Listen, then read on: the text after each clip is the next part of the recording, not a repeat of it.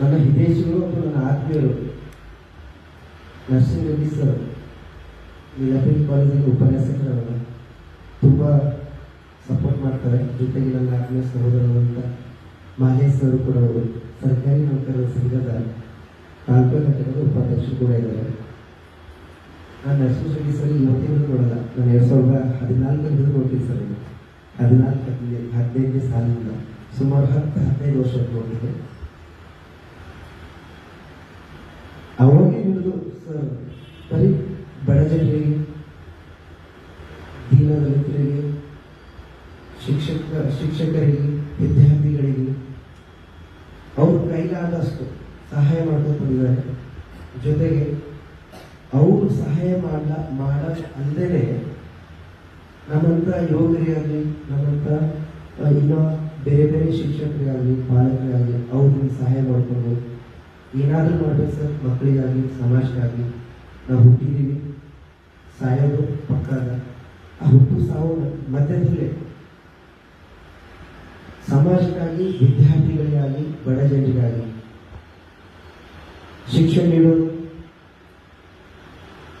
ಕೆಲವು ವಿದ್ಯಾರ್ಥಿಗಳಿಗೆ ಮುಂದಿನ ದಿನಗಳಲ್ಲಿ, ಫ್ಯೂಚರಲ್ಲಿ ಅವರು ಶಿಕ್ಷಣ ಹೇಗೆ ಪಡ್ಕೋಬೇಕು, ಶಿಕ್ಷಣ ಪಡೆದು ಅವ್ರ ಕಾಲ ಮೇಲೆ ಹೇಗೆ ನಿಂತ್ಕೊಳ್ಬೇಕು ಅನ್ನೋದ್ರ ಬಗ್ಗೆ ಹೇಳೋದ್ರಲ್ಲಿ ಎಷ್ಟೋ ಸುಮಾರು ಜನ ಮಕ್ಕಳಿಗೆ ಅವರು ದಾರಿದೀಪ ಆಗಿ ಎಷ್ಟೋ ಜನ ಮಕ್ಕಳಿಗೆ ಉದ್ಯೋಗ ನೀಡಿಸಿದ್ದಾರೆ. ಇದು ನಾನು ಹೇಳೋ ದೊಡ್ಡ ಮಾತು ಹೇಳ್ತಿಲ್ಲ.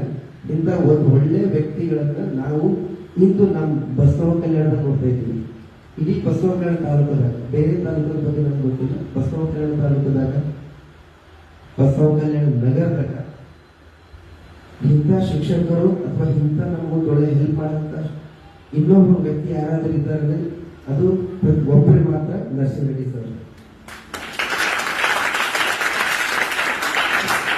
ನಾನು ಇವತ್ತು ಯಾಕೆ ಮಾತಾಡ್ತಾ ಇದ್ದೀನಿ, ನಾನು ಲಾಸ್ಟ್ ಟೈಮ್ ಯಾಕೆ ಮಾತಾಡಿಲ್ಲ ಅಂತಂದಾಗ ಲಾಸ್ಟ್ ಟೈಮ್ ಕಾರ್ಯಕ್ರಮ ಬಗ್ಗೆ ನಮ್ಗೆ ಅವಕಾಶ ಇರಲಿಲ್ಲ. ಅದು ಅವಸರ ಬಹಳ ಇತ್ತು, ನೀವೆಲ್ಲ ಬಂದಿದ್ದೀರಿ ನೋಡಿದ್ರಿ. ಬಟ್ ಮೊದಲು ನಮ್ಮ ಕಾರ್ಯಕ್ರಮಕ್ಕೆ ಬಂದ ಸರ್ ಬಹಳ ಖುಷಿ ಆಯಿತು. ಅದಲ್ಲದೆ ನಾನು 2018-19 ಸಾಲಿನಲ್ಲಿ ಡಿಗ್ರಿ ಸ್ಟಾರ್ಟ್ ಮಾಡಿದಾಗ ನಾನು ಸುಮಾರು ಮಕ್ಕಳಿಗೆ ಡಿಗ್ರಿ ಅಡ್ಮಿಷನ್ ಕಳಿಸಿದ್ದಾರೆ. ಸಿದ್ಧಾರ್ಥ ಸರ್ ಹೇಳಿದ್ರಿ, ಸರ್ ಹೀಗಲ್ಲ ಭಾಳ ಗರೀಬರಲ್ಲ, ಎಷ್ಟೊಂದು ಅಷ್ಟೇ ತಗೊಂಡು ಹೆಚ್ಚು ತಗೋಬೋದು. ಸರಿ ಸರ್, ನನಗೂ ಫೀಸ್ ಕಮ್ಮಿ ಮಾಡಿಸಿಲ್ಲ, ಅವ್ರಿಗೂ ಫೀಸ್ ಹೆಚ್ಚು ಮಾಡಿಸಿಲ್ಲ ನಮ್ಮ ಸರ್. ನನಗೆ ಸುಮಾರು ಪ್ರತಿ ವರ್ಷ 10-15 ಜನ ಅಡ್ಮಿಷನ್ ಕೊಡ್ಕೊಂಡು ಬಂದಿದ್ದಾರೆ ಇಲ್ಲಿವರೆಗೂ ಕೂಡ. ಇತ್ತೀಚೆಗೂ ಕೂಡ ಫೋನ್ ಹಚ್ಚಿ ಕೇಳ್ತಾರೆ, ನಾವು ಹೋದ ಸರ್ ನಾವಿದ್ದೀವಿ, ನೀವು ಅಡ್ಮಿಷನ್ ಮಾಡ್ಕೊಳ್ಳಿ, ನೀವು ಏನು ತೊಂದರೆ ತಗೊಳ್ರಿ, ನಿಮ್ಮಿಂದ ನಾವಿರ್ತೀವಿ ಅಂತ ಹೇಳ್ಬೋದು. ಅಂಥ ಒಂದು ಒಳ್ಳೆಯ ವ್ಯಕ್ತಿನ ಅಥವಾ ಒಳ್ಳೆಯ ಸಹೋದರನ ನಾವು ಪಡ್ಕೊಳಕ, ನಾನು ಪಡ್ಕೊಳಕ ಸ್ಪೆಷಲಿ ಪುಣ್ಯ ಮಾಡಿದ್ದೀನಿ ಸರ್. ಮತ್ತು ನಿಮ್ಮ ಜೊತೆ ಯಾವತ್ತೂ ನಾವು ಇದ್ದೀವಿ ಸರ್. ಅದೇ ನಮ್ಮ ಮಹೇಶ್ ಸರ್ ಅವರು ಯಾವಾಗ ಬಸವ ಕಲ್ಯಾಣಕ್ಕೆ ಸರ್ಕಾರಿ ಇಲಾಖಾ ಪದವಿ ಪೂರ್ವ ಕಾಲೇಜ್ ಜಾಯ್ನ್ ಆಗ್ಯಾರ, ಅವತ್ತಿನ ಹಿಡಿದು ಅವ್ರಿಗೆ ನೋಡ್ಕೊಂಡಿರ್ತೀನಿ ಸರ್. ನಿಜವಾಗ್ಲೂ ನಿಮ್ಮ ಬಗ್ಗೆ ಬಹಳ ಹೆಮ್ಮೆ ಇದೆ.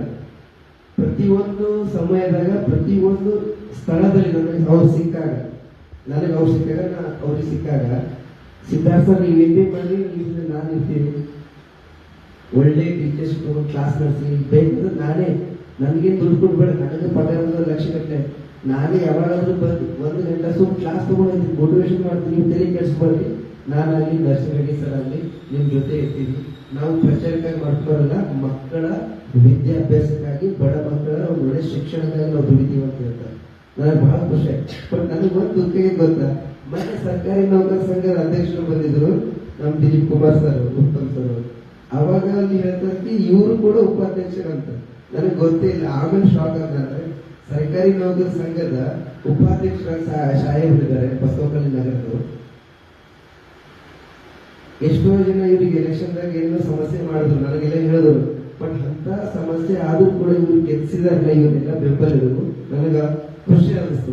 ಬಟ್ ಎಲ್ಲರೂ ಯಾವಾಗ ಗೆಲ್ಲಿಸ್ತಾರ ಅಥವಾ ಎಲ್ಲರೂ ಯಾವಾಗ ಸಪೋರ್ಟ್ ಮಾಡ್ತಾರೆ ಅಂದಾಗ ಒಳ್ಳೆ ವ್ಯಕ್ತಿಗಳನ್ನ ಮಾತ್ರ ಸಪೋರ್ಟ್ ಮಾಡ್ತಾರೆ, ಕೆಟ್ಟ ವ್ಯಕ್ತಿಗಳನ್ನ ಅಥವಾ ಇನ್ನೊಬ್ಬ ವ್ಯಕ್ತಿಗಳನ್ನ ಯಾರು ಸಪೋರ್ಟ್ ಮಾಡೋದಿಲ್ಲ, ನಿಮ್ಗೆಲ್ಲ ಗೊತ್ತೇ ಇಲ್ಲ. ಹಾಗಾಗಿ ಸರ್ ಇವ್ರಿಗೆ ಸಪೋರ್ಟ್ ಮಾಡೋದು, ಸರ್ ಇವ್ರು ಸಪೋರ್ಟ್ ಮಾಡೋದು, ಸರ್ ಇವರಿಬ್ಬರೇ ಅಲ್ಲದೆ ಕಲ್ಯಾಣದಾಗ ಎಷ್ಟು ಬಿ ಜನ ಅದ ಸರ್ಕಾರಿ ನೌಕರರು ಅವರನ್ನು ಸಪೋರ್ಟ್ ಮಾಡಿ ಇವತ್ತು ಗೆದ್ದು ಬಂದು ಉಪಾಧ್ಯಕ್ಷ ಆಗ್ಯಾರ. ಸರ್ ನಿಮಗೂ ಕೂಡ ನನ್ನ ಕಡೆ ಧನ್ಯವಾದಗಳು. ಜೊತೆಗೆ ಒಳ್ಳೆಯದಾಗಿ ಸರ್ಕಾರಿ ನೌಕರರು ಏನೇ ಸಮಸ್ಯೆ ಇದ್ರೂ ಕೂಡ ಅದಕ್ಕೆ ಸ್ಪಂದಿಸ್ರಿ, ಇನ್ನೂ ಹೆಚ್ಚಿಗೆ ನೀವು ಬೆಳೆಯಿರಿ. ನಿಮ್ ಕೇಳಿದಾಗ ನಾನ್ ಬೆಳಿತೀನಿ, ನಿಮ್ಮಿಬ್ಬರು ಕೇಳಿದಾಗ ನಾನು ಬೆಳಿತೀನಿ. ಮತ್ತೆ ನಿಮ್ಮಿಬ್ಬರು ಕೂಡ ಜಲ್ದಿ ಬ್ಯಾಂಕ್ ಹೋಗ್ರಿ, ಎಷ್ಟು ಜಲ್ದಿ ಎತ್ತರಕ್ಕೆ ಬೆಳಿತೀರಿ. ನನಗೆ ಬೆಳಿಲಿಕ್ಕೆ ಅವಕಾಶ ಇದೆ. ಯಾಕಂದ್ರೆ ನನ್ನ ಹಿತೈಷಿಗಳು ನನಗಾಗಿ ಯಾರು ದುಡಿತಾರ, ನನಗೆ ಯಾರು ಸಪೋರ್ಟ್ ಮಾಡ್ತಾರ ಅಂತ ವ್ಯಕ್ತಿಗಳು ಅವ್ರು ಬೆಳೆದಾಗ ಮಾತ್ರ ನಾವು ಬೆಳಿಲಕ್ಕೆ ಅವಕಾಶ ಇದೆ. ಅವ್ರು ಬೆಳೆದಿಲ್ಲ ಅಂತ ತಿಳ್ಕೊಳ್ಳಿ, ನಾವು ಬೆಳಿಲಕ್ಕೆ ಸಾಧ್ಯನೇ ಇಲ್ಲ. ಹಾಗಾಗಿ ದಯವಿಟ್ಟು ಎಲ್ಲರಿಗೂ ಹೇಳ್ತೀನಿ, ಫಸ್ಟ್ ನಾವು ಹೊಟ್ಟಿ ಹುರ್ಕೊಳ್ಳೋದು, ಓಕೆ, ಇನ್ನೊಂದು ಮಾಡ್ಕೋದು, ಮತ್ತೆ ಮೈಕ್ರೋಫೋನ್ ಇನ್ನೊಂದು ಮಾಡ್ಕೋದು. ಸರ್ ಸಿದ್ಧಾರ್ಥ ಸರ್ ಮುಂದೆ ಹೋಗ್ಲತ್ತಾರ, ಅಡ್ಮಿಷನ್ ಮಾಡ್ಕೊಳ್ತಾರ, ಸಿದ್ಧಾರ್ಥ ಸರೇ ಸೌಕರ್ಯ ಆಗತ್ತಾರ ಅಂತ ನೀವು ಅನ್ಕೊಂಡ್ರಿ ಅಂತ ತಿಳ್ಕೊರಿ. ಅವಾಗ ನೀವು ಅವ್ರಿಗೆ ಸಪೋರ್ಟ್ ಮಾಡೋದು ಬಿಟ್ಟು ಹೊಟ್ಟಿ ಹುರ್ಕೊಳ್ತೀರ ಅಂದಾಗ ನಾನು ಬೆಳಿಲಕ್ಕೆ ಸಾಧ್ಯ ಇಲ್ಲ. ಹಾಗಾಗಿ ನಮ್ದು ನರ್ಸಿಂಗ್ ರೆಡ್ಡಿ ಸರ್ ಬೆಳಿಲತ್ತಾರ ಅಂದ್ರ ನಾನು ಸಪೋರ್ಟ್ ಮಾಡ್ಬೇಕು. ನರ್ಸಿಂಗ್ ರೆಡ್ಡಿ ಸರ್ ಬೆಳಿಲತ್ತರು ನಾನು ಸಪೋರ್ಟ್ ಮಾಡ್ಬೇಕು. ನಿಮ್ ಬ್ರದರ್ ಅಥವಾ ನಿಮ್ ಯಾರ ಅಣ್ಣ ತಂಗಿ ಅಥವಾ ಸ್ನೇಹಿತರು ಬೆಳಿಲತ್ತಂದ್ರೆ ನೀವು ಸಪೋರ್ಟ್ ಮಾಡ್ಬೇಕು. ಅದಕ್ಕೆ ಬಿಟ್ಟು ಹೊಟ್ಟಿ ಹುರ್ಕೊಂಡು ನಾವ್ ಇನ್ನೊಂದು ಏನೋ ಮಾಡಿದಾಗ ಬೆಳಿಲಕ್ಕಾಗಲ್ಲ. ಅದೇ ಒಂದು ಎಕ್ಸಾಂಪಲ್ ಇಟ್ಕೊಂಡು ಸರ್ ಜೊತೆ ನಾನಿದ್ದೀನಿ, ಅವ್ರು ಯಾವತ್ತು ಬೆಳೀಲಿ, ಮುಂದೆ ಹೋಗ್ಲಿ, ಅವ್ರ ಸಲ ನಾನು ಇರ್ತೀನಿ. ಅವ್ರು ಎಷ್ಟು ಮುಂದೆ ಹೋಗ್ತಾರ, ಅವ್ರೆಷ್ಟು ಬೆಳೀತಾರ, ನಾನ್ ಬೆಳಿತೀನಿ. ನಾನ್ ಎಷ್ಟು ಬೆಳಿತೀನಿ, ಎಷ್ಟು ಮುಂದೆ ಹೋಗ್ತೀನಿ, ನೀವೆಲ್ಲರೂ ಬೆಳಿತೀನಿ. ಇದು ಸತ್ಯ ಘಟನೆ ಇಲ್ಲ. ಯಾಕೆ ನಾನು ಸ್ವಲ್ಪ ಒಂದು ಹೆಜ್ಜೆ ಮುಂದೆ ಹೋದಾಗ ನನ್ನ ಹಿಂದೆ ಅದನ್ನ ನೋಡ್ತೀನಿ. ಅಂತ ವ್ಯಕ್ತಿಗಳನ್ನ, ಅಂತ ವಿದ್ಯಾರ್ಥಿಗಳನ್ನ ನಾನು ಕೆಲವೊಂದು ಮಾರ್ಗದರ್ಶನ ಪ್ರಕಾರದಾಗ ನಾನು ಮುಂದೆ ಒಯ್ಯಬಹುದು ಅಥವಾ ಮುಂದೆ ತರಬಹುದು. ಹೇಳ್ಕೊಂಡು ನಾನೇ ಮುಂದೆ ಹೋಗಿಲ್ಲ ಅಂದಾಗ ನಾನು ಹಿಂದಿದ್ದವ್ರಿಗೆ ನಾನು ಹೆಂಗೆ ಮುಂದೆ ತರಬಹುದಾ? ತರಕ್ಕಾಗಲ್ಲ. ನಾನೇ ಬೆಳೆದಿಲ್ಲ ಅಥವಾ ನಾನೇ ಮುಂದೆ ಹೋಗಿಲ್ಲ ಅಥವಾ ನಾನೇ ಒಂದು ಒಳ್ಳೆ ವ್ಯಕ್ತಿಯಾಗಿಲ್ಲ ಅಂದಾಗ ನಾನು ಸಣ್ಣ ವ್ಯಕ್ತಿಗಳನ್ನ ಅಥವಾ ಇನ್ನ ನನ್ನ ವಿದ್ಯಾರ್ಥಿಗಳನ್ನ ಯಾವ ರೀತಿ ಮುಂದೆ ತರಬಹುದು? ತರಕ್ಕಾಗಲ್ಲ. ಹಾಗಾಗಿ ಫಸ್ಟ್ ನಾವು ಬೆಳೆಯಿರಿ, ನಾವು ಬೆಳ್ಕೊತ ನೀವು ಬೆಳೆಸರಿ. ನಾನು ಅದೇ ಅಂತೀನಿ ಸರ್, ಇಬ್ರು ಬೆಳಿ ಸರ್, ಇನ್ನೂ ಎತ್ತರಕ್ಕೆ ಬೆಳೀರಿ. ನಿಮ್ ಜೊತೆ ನಾನು ಇರ್ತೀನಿ, ನಮ್ ಜೊತೆ ನಮ್ಮ ಮಕ್ಕಳು ಇರ್ತಾರೆ, ಮಕ್ಕಳ ಜೊತೆ ಮತ್ತೆ ಅವ್ರ ಸ್ನೇಹಿತರು ಬರ್ತಾರೆ. ಹಾಗಾಗಿ ಎಲ್ಲರೂ ಬೆಳೆಯೋಣ, ಬೆಳೆಸೋಣ. ನಿಮ್ದೆಲ್ಲರ ಕಾಲ ಮೇಲೆ ನೀವು ನಿಂದಿರಬೇಕು. ಶಿಕ್ಷಣ ಒಳ್ಳೆ ರೀತಿ ಶಿಕ್ಷಣ ಪಡೆಯಿರಿ, ಯಾವುದೇ ರೀತಿ ಅಂಜಪೆ ಇಲ್ಲ. ಬಸವ ಕಲ್ಯಾಣದಾಗ ಯಾವುದೇ ಅಧಿಕಾರಿಗಳಿರಲಿ, ಯಾವುದೇ ಡಿಪಾರ್ಟ್ಮೆಂಟ್ ಇರಲಿ ಅಥವಾ ಯಾವುದೇ ಶಿಕ್ಷಣ ಸಂಸ್ಥೆ ಇರಲಿ, ಇಲ್ಲೇ ಏನೇ ತೊಂದರೆ ಆದರೂ ಕೂಡ ನಮ್ಮ ಜೊತೆ ನರ್ಸಿಂಗ್ ಸರ್ ಇರ್ತಾರೆ. ಇಷ್ಟ ಹೇಳಿ ಮಾತು ಮುಗಿಸ್ತೀನಿ. ಜೊತೆ ಲಾಸ್ಟಿಗೆ ಮತ್ತೊಂದು ವಿಷಯ ನಾನು ಹೇಳಕ್ಕೆ ನೆನಪಿರಲಿಲ್ಲ. ಕೃಷಿ ವಿಷಯ ನೋಡ್ಬೋದು. ಸರ್ ಹೇಳಿದ್ರು ಪೆನ್ನು ಬಹಳ ಇಂಪಾರ್ಟೆಂಟ್. ಬಾಬಾ ಸಾಹೇಬ್ ಅಂಬೇಡ್ಕರ್ ಅವರು ಹೇಳಿದ್ದಾರೆ, ನೀನು ಜಗಳ ಅನ್ಬೇಡ, ನೀನು ಹುಡಿಬೇಡ, ನೀನು ಬೈಬೇಡ, ನೀನು ಇನ್ನೊಬ್ರಿಗೆ ಏನೋ ಅನ್ಬೇಡ, ಏನೇ ಮಾಡು, ಶಿಕ್ಷಣ ಪಡಿ. ಶಿಕ್ಷಣ ಪಡೆದಾದ್ಮೇಲೆ ನಿಮ್ಮಲ್ಲಿ ಒಳ್ಳೆ ನಾಲೆಜ್ ಬರ್ತದೆ.